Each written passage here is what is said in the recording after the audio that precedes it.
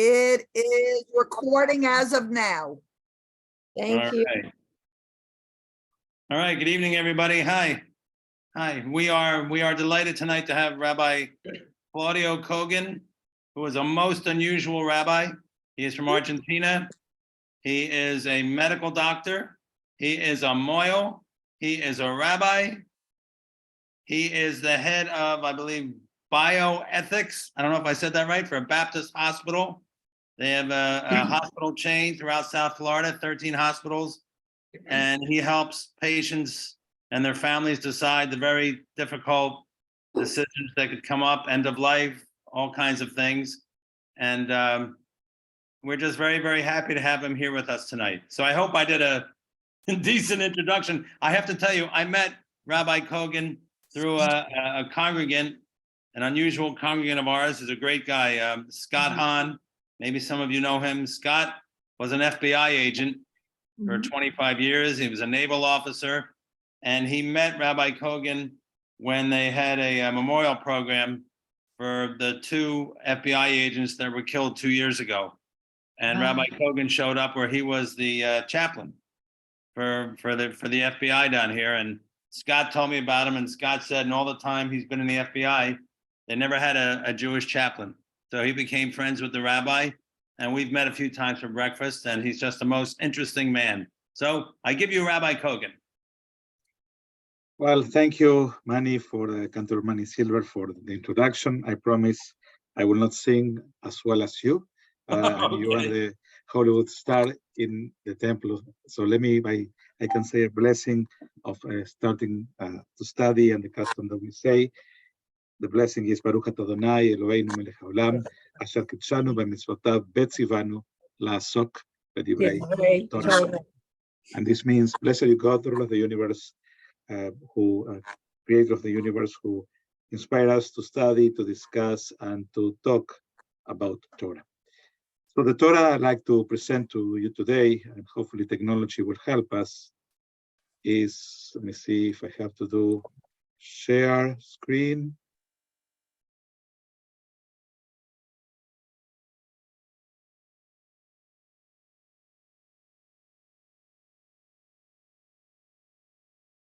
Can you see that? Yes. Yeah. Let me see.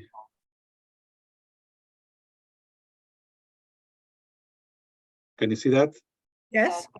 Okay, perfect.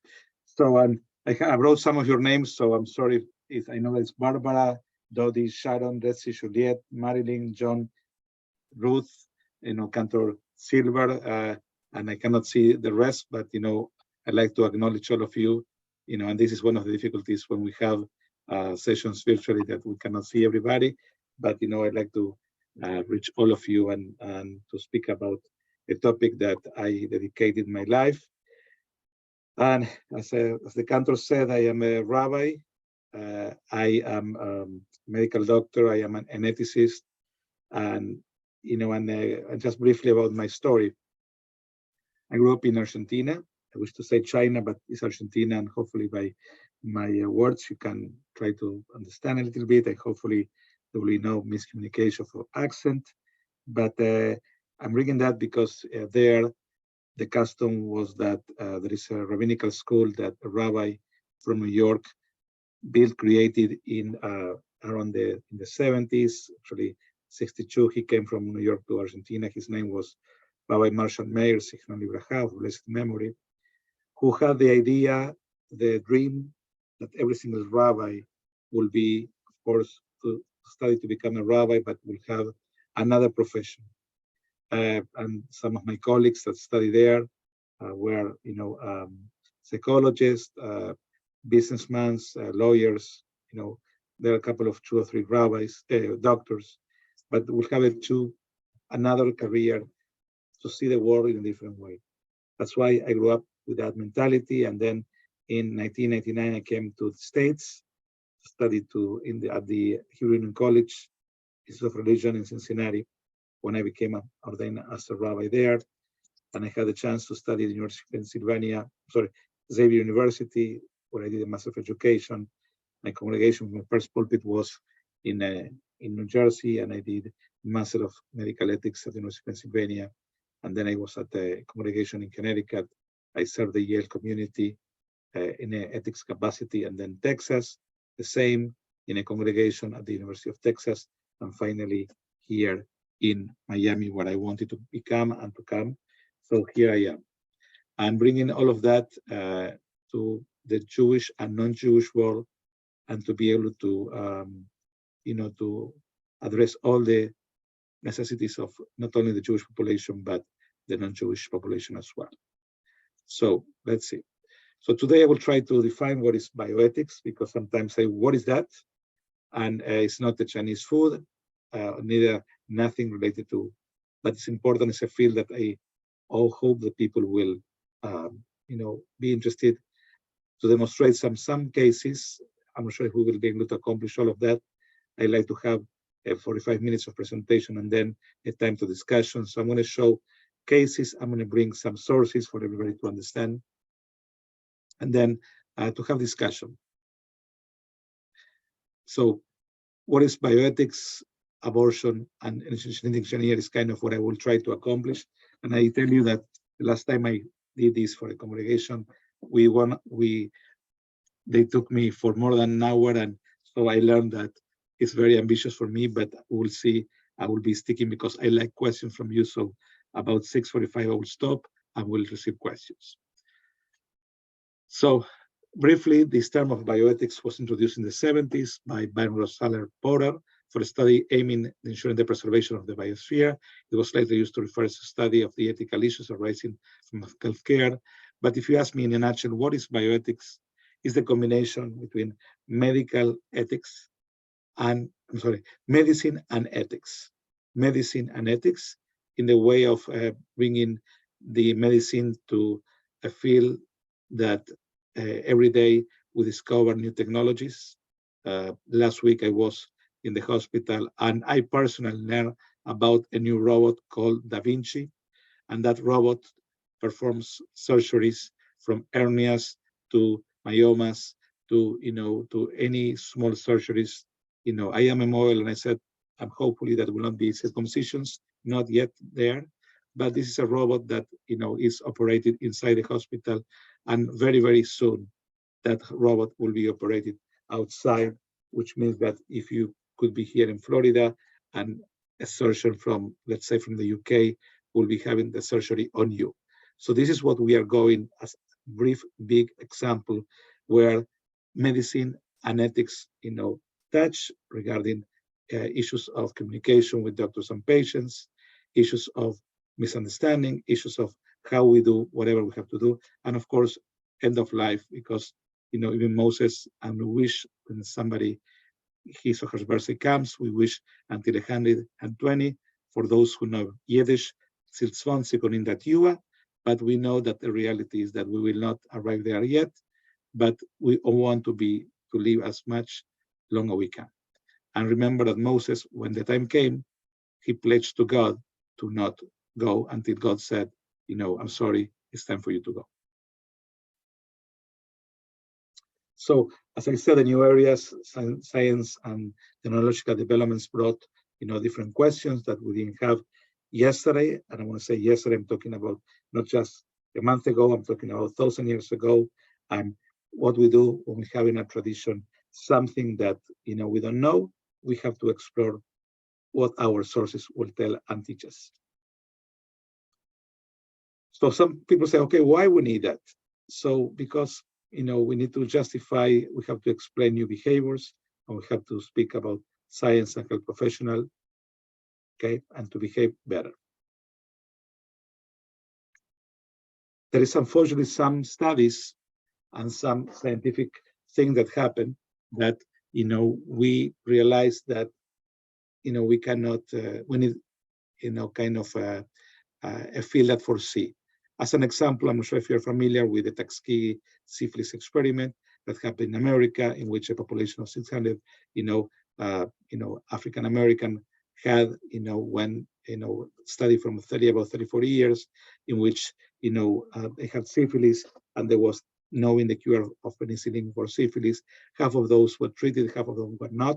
So since then, there was a mixed feelings from that population, And just lately, this was one of the big population that during COVID, they did not want to receive the vaccine, as an example, because kind of that experience that they had in the face in the past. And then, of course, we as Jewish people, we have to speak, but the neural trials and the Nazi experimentation were one of the reasons why we do need medical ethics or bioethics. These are some of the theories, and I promise that I will go fast with that because I don't want to teach philosophy here, but I want to say that when we say something, it's not because we want to say because it's right or not. There are some theories that will back up, and some theories will, address some of our issues, that we have to answer. And the way we answer this raise the level in the medical field because we will give recommendations to doctors what to do or what not to do. So basically, briefly and fast, the first I'm going to talk about two, especially consequentialism, which the good thing is what is likely to produce more good than bad consequences. Okay, and bad of this theory is what's likely to produce more bad than good consequences.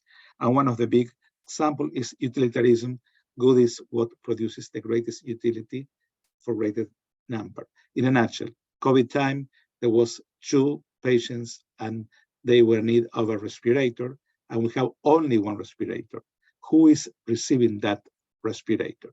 And I'm sure you have heard about that. I was at the time in Texas, and I didn't have that question, but I heard that in one of the hospitals close by, there was this case, and they took from 1 patient to the other the respirator. To make long story short, both died because of that. So I was not consulted by that at that moment, but just let you know that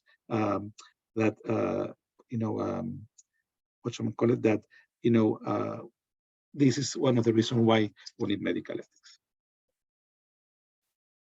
The problems of that theory is that can we know the likely consequences of our actions? What is with the great uncertainty? And in partial moral theory, some would say that we have a duty to be partial. So those are the consequentialism theory, and people call, for those who know philosophy, it's called the Kantian theory. From the Greek duty, and the problems of the theory is following rules of conduct can lead to negative consequences.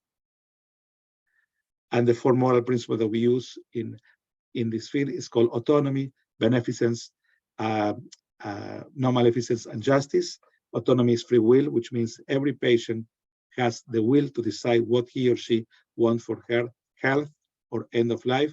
Beneficence always to do good. We cannot do bad. Beneficence to not harm. Okay, justice, social distribution of benefits and burdens, which is to be right to everybody. And there's codes that we follow, especially in the medical field, the Oath of Hippocrates or the Maimonides, and different codes that we use.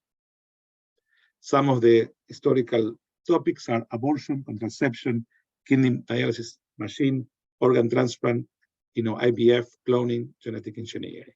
And each topic is a session of itself. So let's go to kind of the first, abortion. I believe in a woman's right to choose, stay pregnant, live state. Okay, and I'm bringing that because without getting inside politics, the goal of this presentation is we live in a state with a particular view of this issue. My job is just to show you the Jewish sources of this topic. So we have here the gestation and the terms of each day or each time that we see from babies to fetus. So Jewish law and tradition has struggled with this question. I'm talking about abortion, and of course we know that the U.S. was not, exempt of this controversy. We know that in 1973 we have the case Roe versus Wade, and the court struck down another state laws which prohibit abortion. Yet the debate rages on, and encouraged by political and religious leaders, anti-abortion groups continue to push for a constitutional amendment which will prohibit the abortion. At the same time, other groups continue to uphold the Roe decision and the legal right to secure the abortion. And we went back and forth with that. And, in some ways, these slides is kind of already all because of the situation change as we speak sometimes, but I wanted to give you a kind of an overview. We know that in 2022, this was the change, Dobbs-Jackson Women's Health, it's a landmark decision to the US Supreme Court, and the court decision overrode Roe versus Wade and Planned Parenthood versus Casey, giving the United States the full power to regulate any aspect of abortion not protected by federal law. So let's go to Jewish law. And we call in Jewish law means halacha. What is halacha is the way to walk. What is that? Without going to the text, Joseph Caro, 1565, came with the conclusion that we need to have a law. After discussion from the Talmud, after Maimonides, Nachmanides, other sages, we said, we need to have a law so people will be clear. 1565, he wrote, which is called the Shulchan Aruch, which means, let's make a table ready for everybody to eat. So this will be the ready table. And then, he wrote for the Sephardic world. Then we have, the Ramah, or the Mapa, with Isolish, Rabbi Isolish, who a couple of years later wrote a similar code or add that code to the Ashkenazic world. That is why, as an example, most likely Ashkenazic Jewish people will not eat rice in Pesach, and Sephardic will eat, and then other discussion between one world and the other. But nonetheless, I'm talking about this is the Jewish law, this is Shulchan Aruch, and from that is the division, what makes an Orthodox Jew different from a conservative Jew or Reformed Jew. What is that? An Orthodox Jew will follow that law, as they say, orthodoxly. A Reformed Jew will study that law, hopefully, and will have not abide by the law, but will have to study the law. I always hear, and you guys, I think it's a Reformed congregation. What is a Reformed congregation? Everybody pick and choose whatever they want. This is not a supermarket, hopefully. A Jewish Reformed Judaism is understanding that we have to study. We are not abiding by the law, but we have to study. And on the other hand, conservative Judaism created what is called the dynamic halacha, which means an halacha which will be dynamic. Example, can we drive for Shabbat? As long as we drive for Shabbat to the temple and come back to our house, we'll be able to. That's one of the things that conservative Judaism will, say to have the word dynamic halacha. So within Jewish law, the debate focuses on a number of key issues. First, what is the nature of the fetus, which is considered part of his mother and thus only potential life, which must be balanced against the actual life of the mother. The fetus is actual life, deserving protection regardless of the mother's wishes. That's 8. And then second, well, it's clear that Jewish law does permit abortions under certain circumstances. The question is, which circumstances? We'll see that Jewish texts have been interpreted in different ways by different groups. As well, we have the pro-choice group, and we'll say advocates interpret the Jewish teaching as permitting abortion when there is a threat to the mental health of the mother. The anti-abortion group will advocate see those same texts as restriction abortion to those few instances when the life of the mother is threatened by the fetus, and texts as restricting abortion to those few instances when life of the mother is threatened by the fetus. And most rabbinic scholars agree that abortion is not murder, yet the debate continues if the fetus suffers the human that destroying it is serious offense. Okay. So before we get to cases, I want you to have, in your mind some questions, and I want you to forget who you are, because what I try to do is that people not get inside the politics. If you are red, blue, this and that, I want you to think about our text and study our text, knowing our text, and then you can follow every conclusion. But it's easy when we come from one party, just for the sake of saying politics, to be involved in that. So now I'd like to ask a volunteer. We're going to go through cases. I'm looking to the time. I need a volunteer to read the first case.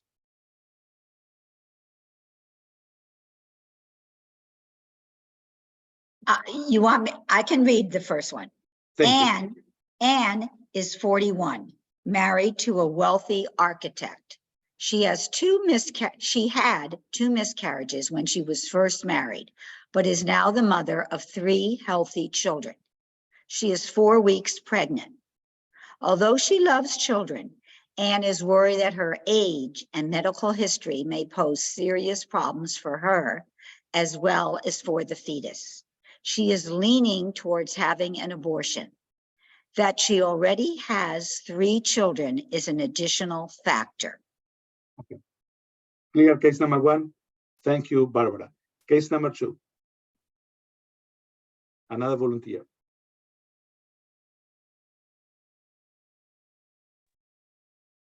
I'll volunteer. But Barbara is 26, married and in good health. In the 4 years that they have been married, she and her husband have talked often about having children. Now she is 12 weeks pregnant. Barbara's husband has been unemployed for 6 months, and her salary has not been enough to solve their serious financial difficulties, sorry. In addition, marital problems have developed because of her husband's inability to find work. Barbara worries constantly about having this baby and feels that the emotional and economic problems are just too much for her to handle. Thank you. We have the 2 cases. Let's go to the 3rd one.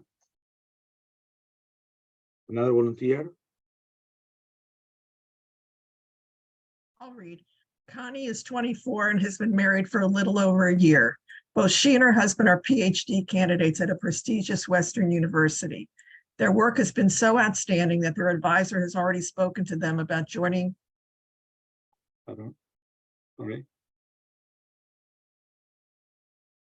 So, continue.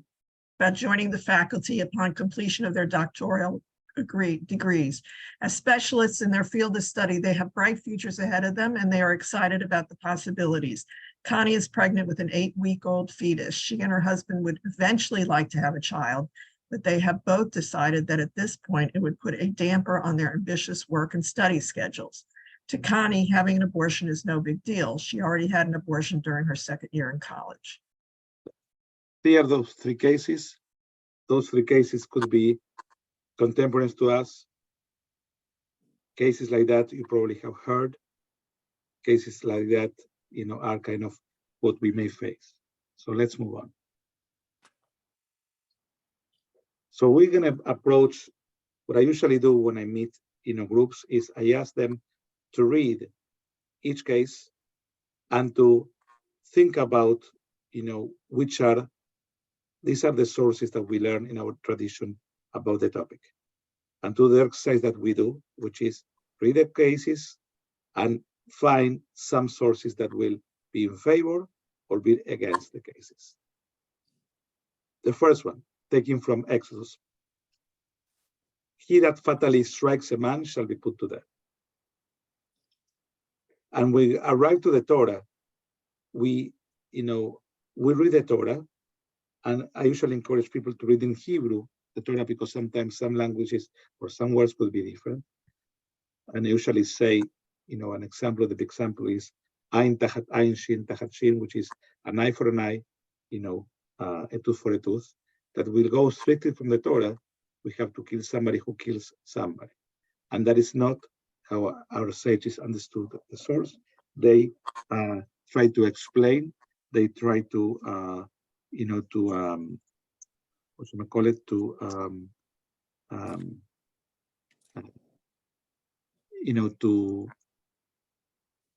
give different answers. So this is the exercise that we have to do as well. Second source, when men fight and one of them pushes a pregnant woman and a miscarriage results, but no other damages ensures, the one responsible shall be fined according as the woman's husband may exact from him the payment to be based on reckoning, but if others damage ensures, the penalty shall be life for life. And that's another source that is brought when we discuss the topic. Another source, number 3. From when may an infant enter the future world? Rabbi Hia, from birth. Rabbi Shimon bar Rabbi, from when it spoke. Rabbi Nachman ben Isaac, from circumcision. Rabbi Meir, from when he said Amen. So those are the sources that we explore and we have when we explore the issue of this topic of abortion. Number 4, this is later from the Mishnah. The Mishnah is part of the Talmud. The Mishnah, if we say that the Torah was, or the Tanakh, the Bible, and I don't like to call the Old Testament versus the New Testament, because when something is old, we don't use it. So I call Hebrew Bible versus the Christian Bible. Was finished to be composed around the year 250 before the Common Era. Why I'm saying that? Because this was the text that the Septuaginta, 70 elders, had when they translated to Greek, when the Greek people asked our ancestors to do the translation. So more or less, that was finished in the year 250 before the Common Era. Following that, from 250 before the Common Era to 250, we have the period of the Mishnah. What is that? Is the discussion of the Torah. And from the year 250 to the year 500, we have which is called the Gemara. What is that? The discussion from the Mishnah. So we have a period of minus 250 to 2500, 750 years of discussion of the Torah. And that is the Talmud. And that is the book par excellence. That is why, surprisingly or not surprisingly, the Nazis, when they burned our books, the Talmud was one of those books that they burned, because the 64 volumes show us how our people discuss. And when we say in joke, and I hope that you know the joke, 2 Jewish people, 3 ideas, come because we learn to discuss. And I always say that there were 5 Jewish people who changed the world. The first was Moses, who said the intelligentsia, the brain the wisdom is on the brain. Then came Jesus and say, I'm sorry, Moses was not in the brain, was in the heart. Then came Marx, I'm sorry, Moses not in the brain, sorry, Jesus not in the heart, was in the stomach. Then came another person who was Freud, who said, not Moses, not in your brain, not in the heart, Jesus, not in the stomach, was in between, our legs. And finally came, Einstein and said, I'm sorry, guys, you don't know what you're talking about. Everything is relative. Why I'm bringing that? Because always Jewish people, we make a difference. And we think, because I believe, because of the Talmud, and the Mishnah is part of that. So if a woman suffers from more than usual difficult labor pain in the process of birthing, the child must be cut up in her womb and brought out limb by limb, for her life takes precedence over its life. If it is greater than parts has come forth, it must not be destroyed, for we do not know set aside one life because of another.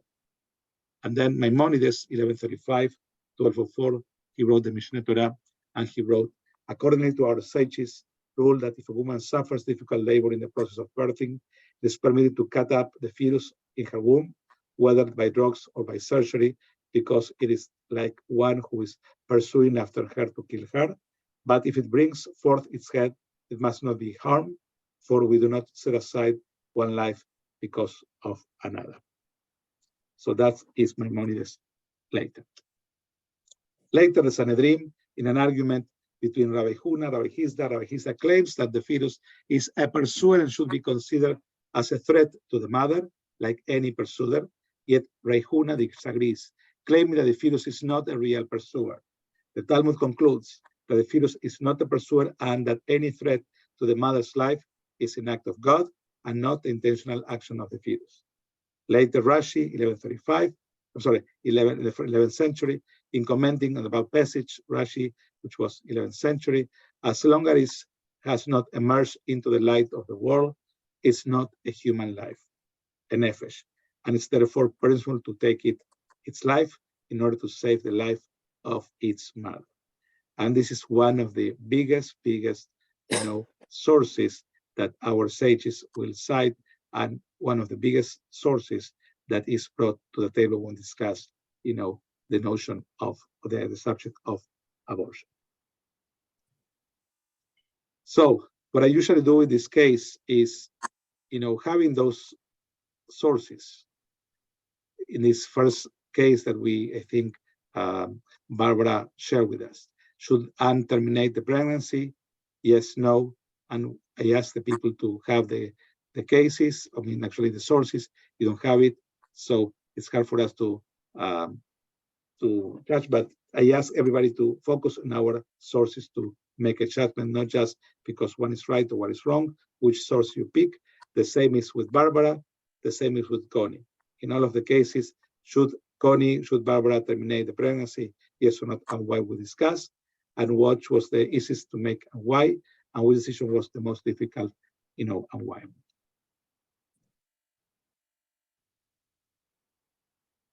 I will move, some of these questions because those are questions to food for thoughts. If Barbara had been 20 weeks pregnant, the decision will be different. If Connie were not a graduate student, will be different, the decision. When life begin, always the discussion we face is at the moment of conception, at the time the fetus can support itself independent of the mother and of the moment of birth.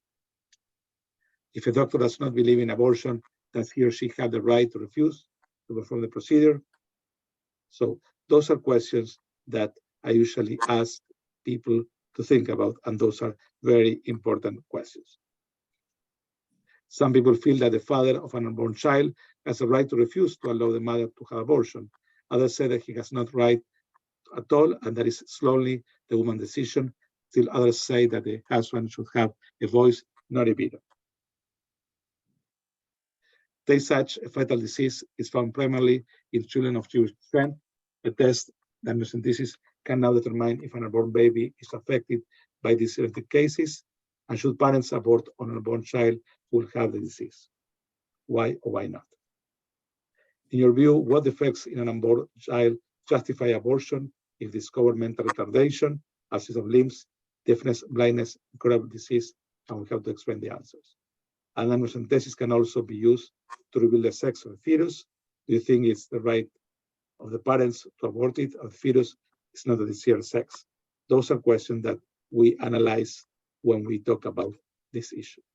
And of course, some Jewish people oppose to abortion on the grounds that there is a need to replenish losses caused by the murder of 6 million Jews in the Holocaust and by today's low Jewish birth rate.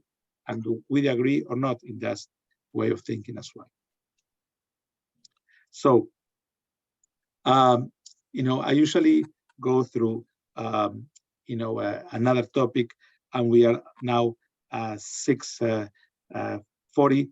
I like to concentrate, something that I will jump, which is kind of end of life. I will leave the genetic for another occasion. But what I really like to do,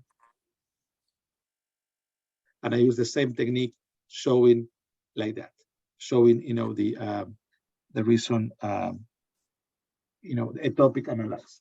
So let me talk about this. And again, what I usually ask when I face the people is, how many of you have seen this paper?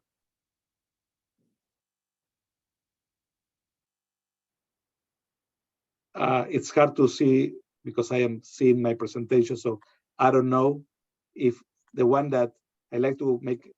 I think how many people we are in the session right now. I don't want to leave. How many people we have? Can you open your mic and say, your name if you have seen this before? Agnes. Desiree, yes, I've seen it. I haven't, Barbara, I haven't seen this form, but I have cut those wishes in writing with an attorney, but not this form. I can say the same. I have that with my attorney, but I don't remember this yellow form. Okay. I agree. I so- agree. I've seen the form, Diane. So we have about 3-4 people over how many today? 10, 15? 8, 9, No, I think there are more, 21 people have been listening, 21. 21, and we have about 4 or 5 people who have this one. So my next session that I think I spoke with the Ruth and I think Barbara as well is to go deep to this form, because this is very important. You know, it's important, that each of you will have a discussion with your loved one, with your family, about how to express and how your wishes will be respected. Hopefully in a time that you will not have which we call the capacity to be there, you know, and I mean, to be available to express your wishes, and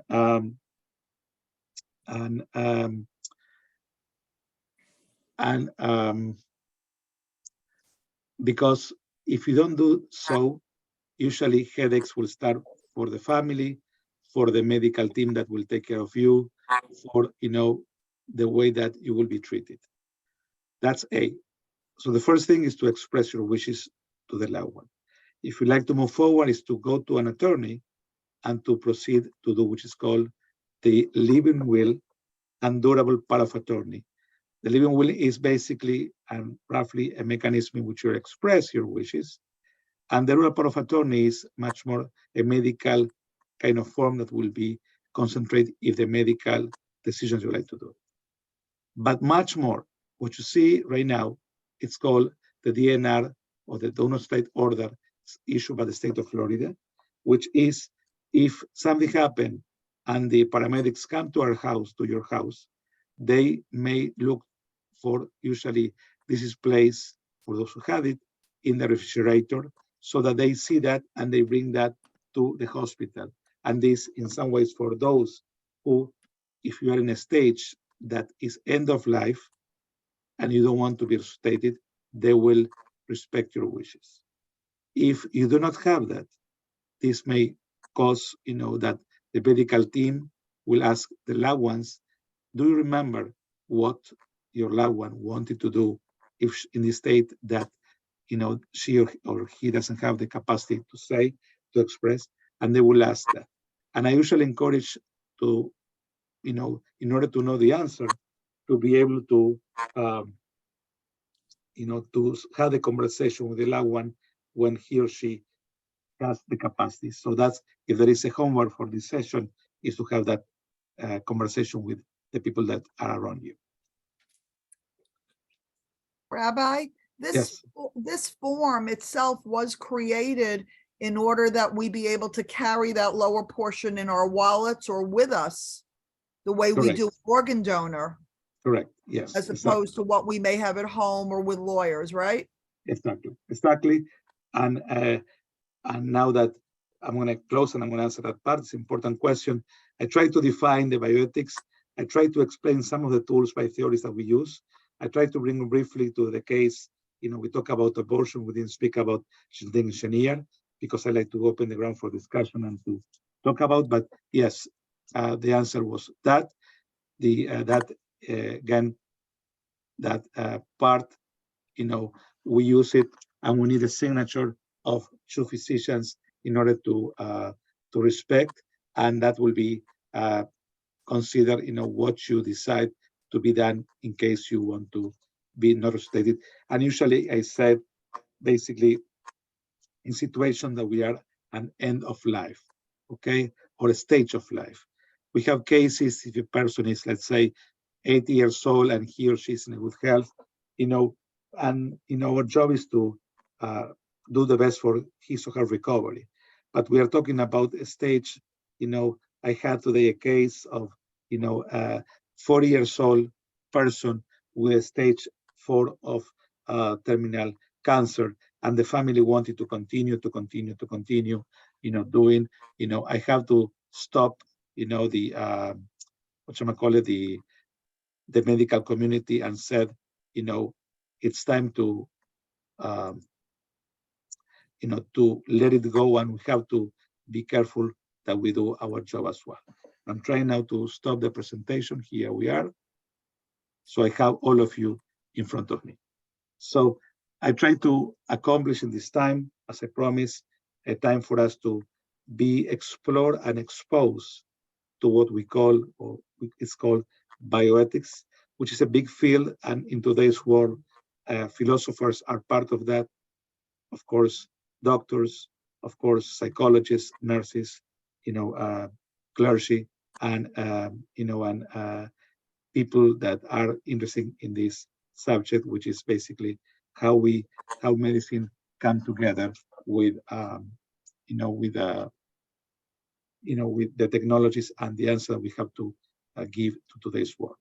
I tried to explain about abortion, which is a hot topic, especially in our state of Florida, but I want at least to get out of the politics.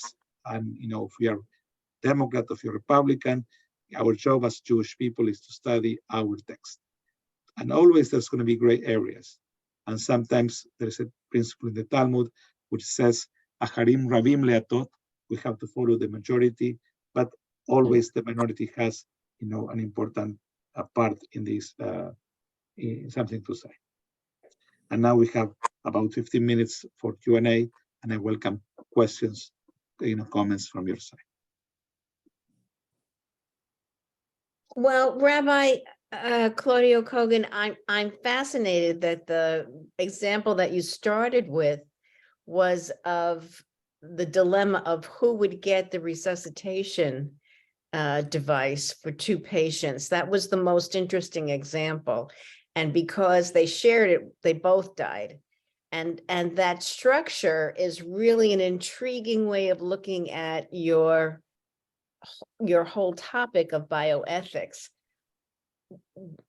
So if I can address just that question.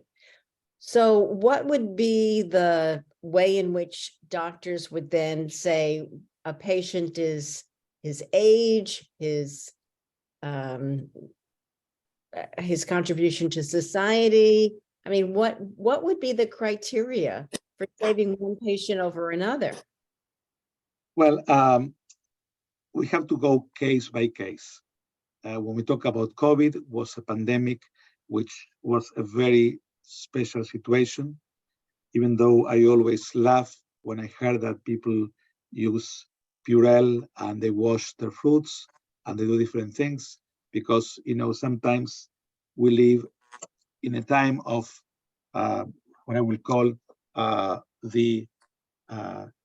I'm not sure to say that, incorrect facts, or some people that say things that are not true, or we start to think, what should I believe? If one say A and B say B, what should I believe? So it's not about who will get what he or she will get. It's about, and again, a pandemic is a kind of a different story. But if we have to address issues, I show you two different theories. One was the utilitarian, which is to help the most amount of people, and the other was to do good to everybody. So we'll have to see the particular case, see sometimes expectation of life, see different conditions that will make the community or the medical team decide what will be the best option. And even though not always will be, agree with that solution. So it's difficult. We are not playing God. It's not who will choose to live or to die. It's not, as we say, unetane tokef, through the high holidays, who will live and who will die. But it's sometimes the expectation is sometimes, what will be the correct or proper way to do it. So answering back to your point is each case, each situation is different. There is no a solution, generally speaking. But there has to be a solution. There's a bottom line of who gets the resuscitation equipment. Well, again, we have to see the particular case. There was a, I can tell you, if we have a case and if we see that equipment will not benefit, make any benefits to the patient to receive it, and when we say that if by doing, which is called, for example, tracheostomy, which is after the patient is intubated, we have the patient like 15 days with the intubation, and we need to put a tracheostomy so that we cannot have the intubation prolonging more than that time. If the patient has, for example, an end-stage disease, that procedure will not help him or her. What is the point to do that? He said, well, I would like to maintain him or her alive. Okay, the question that we use, what do you think, what is for you the patient will be alive, that he or she will be able to do the same things that he or she have done before? What is, and the other term that is coming to the picture is called quality of life. For those who are interested in that topic, there was a famous doctor from Harvard, his name is Atul Gawande, who will talk about that in a book about quality of life, and and we have to respect the patient wishes. That is why it's important to be proactive and to talk with our family to say, if I am in a situation like this, I like something to be done, or if I am in a situation like that, please don't do that. Okay. I'll leave it there. Thank you, Ruth. Jody, unmute.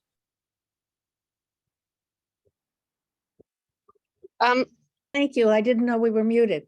Rabbi, I have to assume that at the Baptist health systems, you are not alone in making these decisions. Can you tell us who or the kinds of people that sit on your committee and how a decision is reached? Yeah, that's a good question. I have a team of 5 people who represent and work in different hospitals, and each hospital has their own committee. And usually in those committee meetings, there will be nurses, there will be people from the pastoral care department, there will be people that will be psychologists, there will be people that will be doctors, there will be different fields that will be heading, and will analyze the cases, and we will discuss the cases, and each case have a different way to be understood. Thank you. Correct. So Rabbi, I'm a respiratory therapist, so I'm very familiar with the DNR and how it's decided. But I'm curious, in your role as a bioethicist at Baptist, and you have your ethics consultation and the team makes a decision or a suggestion, that is not binding on the family if they still want everything done. Am I correct? Well, you bring an important point. We make a recommendation. We make a recommendation, not a decision. Ultimately, the doctor and the family will have to work, and we try to, if there is an issue, an ethics issue that we see, we have to work with the team, and then we will have a family consultation in which we will talk with the family, and we'll give some recommendations. Sometimes there are cases in which the family will say, do everything with everything. Sometimes some doctors, pushed by that petition, will do everything. And sometimes some are doctors that are, fear of being sued because if they will not do what the family requests. What I'm trying to bring by doing recommendation is to empower doctors to say sometimes if they feel that a treatment will not be, feasible because their knowledge, their expertise, will not, make them what I will call, they will feel that it's appropriate.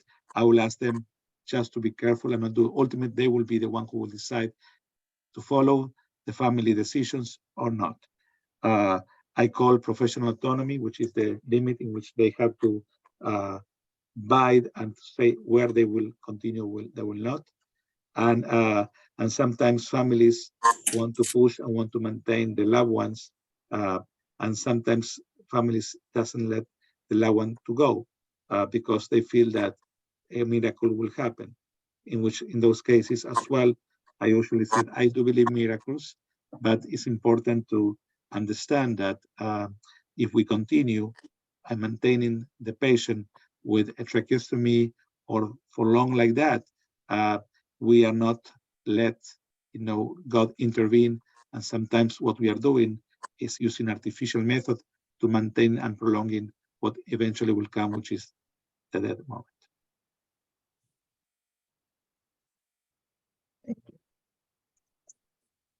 Thank you. Daya.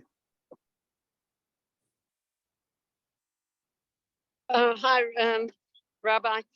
I found the scenarios of the abortion. Can you hear me? I'm out picking up a grandkid. Absolutely fascinating because everything was covered. It was an age. I think I have too many children. I have a career that I want to pursue, a socioeconomic where my husband's out of work. I think it's so fascinating to consider if Anne was 10 years younger, if the PhD husband and wife felt that they could combine a career and family. I think it just all goes back to the autonomy. I mean, in my opinion. It just seems that everybody has a right to choose, but some of the situations were really tough. I mean, I found it, if I were in that situation, and then of course the Tay-Sachs, you have people who would uncategorically say, let's have an abortion. And you would have people who say, we'll bring this child into the world and we'll give the kid whatever the child needs. It just makes me feel there's no right or wrong. It's opinion, and it just goes back in my mind to the autonomy. Yes, this is the question that we face, and situations, and sometimes. And I brought this particular topic because we are in a political area that is sometimes black and white, and we as Jewish people, we have to remember our sources, that most of them, they are not black and white, and show us the gray areas that we have to understand and to see. That's why I usually encourage everybody to study before we say what we think, because we may be surprised. Thank you. Thank you.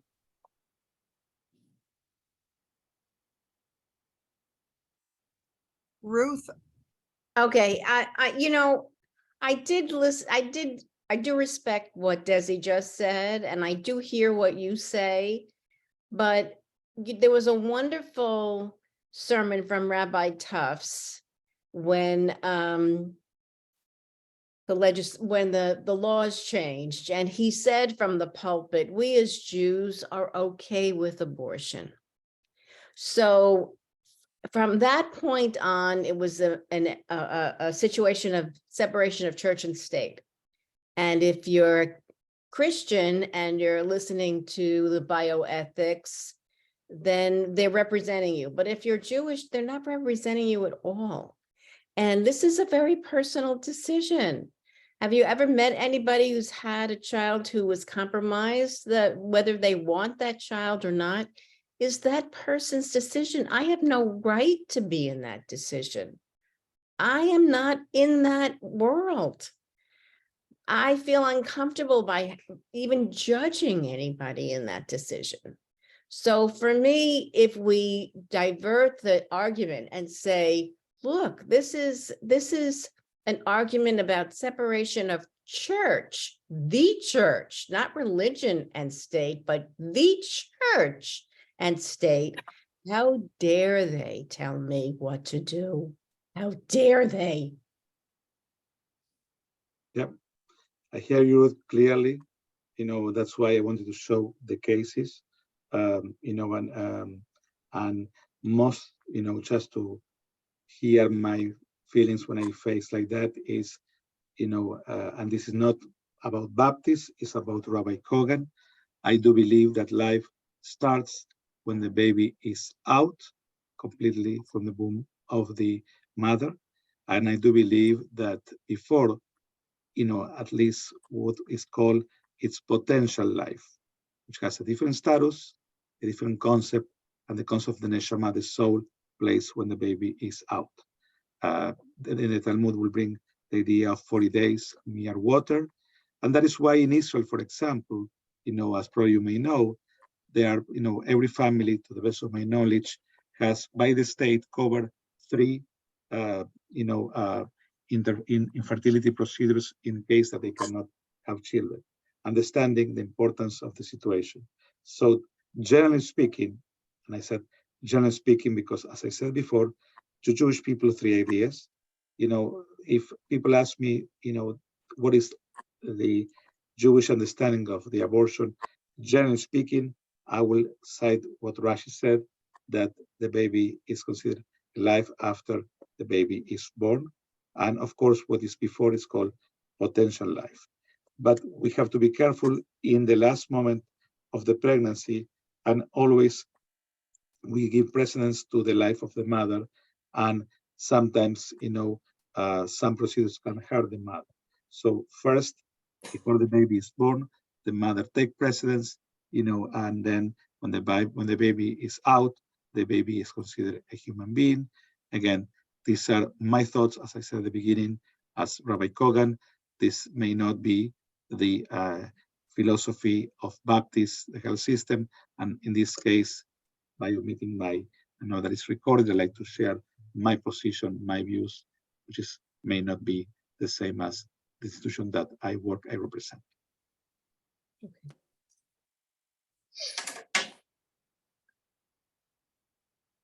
Barbara needs to wrap it up.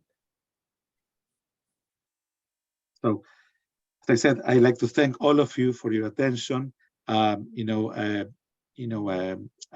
spoke briefly about end of life.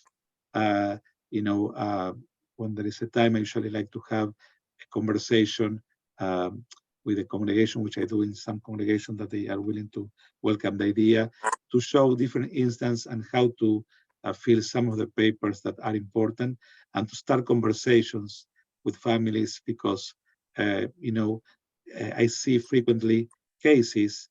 I am in charge of foreseeing the situation from Boynton Beach to the Keys, and I have a lot of Jewish cases, because Jewish families didn't speak, didn't make decisions, that they hope for miracles, and sometimes those miracles will not happen.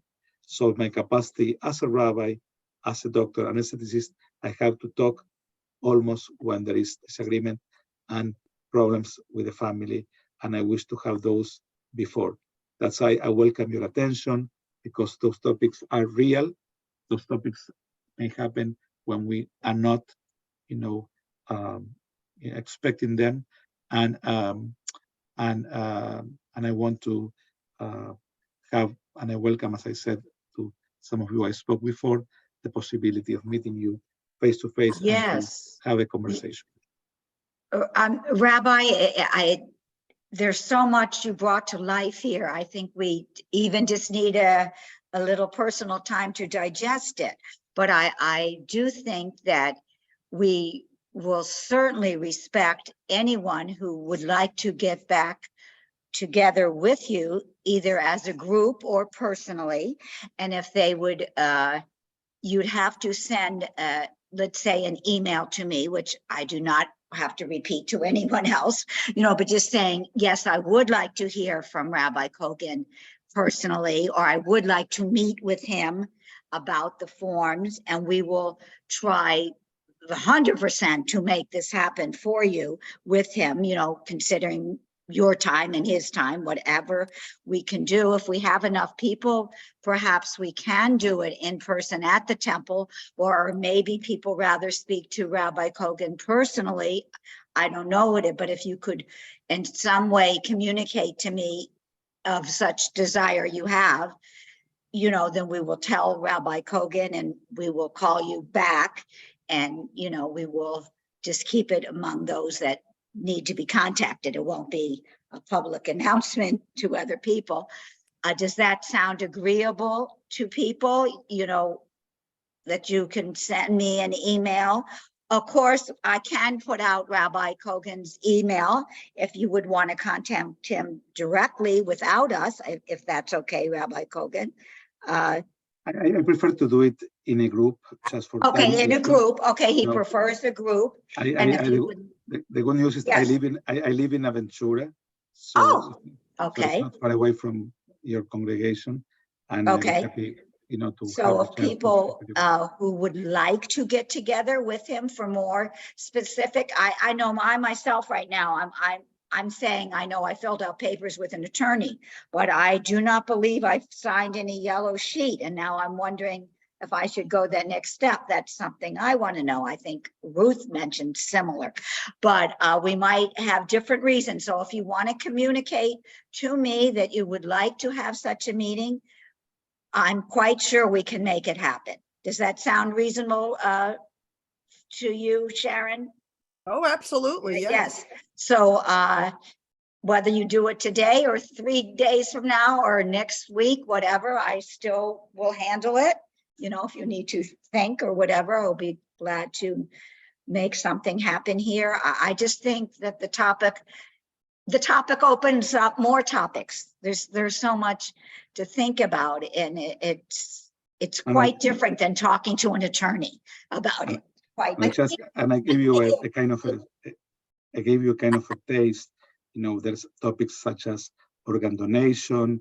There's topics that you cannot imagine about technology that's happening and will happen. So even though people may say, what are he's talking about? Believe me, every day I face different cases, different situations that I learn from them and try to give an answer.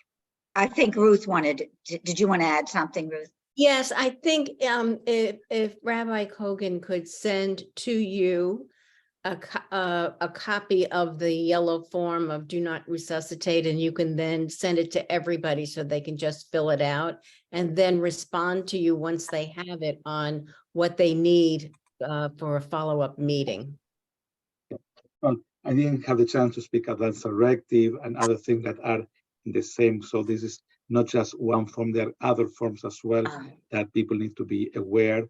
And that's why this require, I will say, a live session. So because there are different forms that people need to be aware that you need to know, hopefully, and as much information you receive is better so that you are prepared for hopefully a situation that you may not know. We did not discuss, this session was determined that it would be a Zoom session. We did not discuss the possibility of getting together, of doing this in person, or at least with me, but there might be enough interest in others who couldn't make it this evening. And if Rabbi Kogan would be willing, because I believe he does like to do in person, we could look for a time that would work and we could schedule something to go further into. Yes. Well, so if people can communicate, if you would like to meet again in person at the temple, I'll write down your name and, we'll do our best to get this happening. Agnes. Oh, okay. One other subject.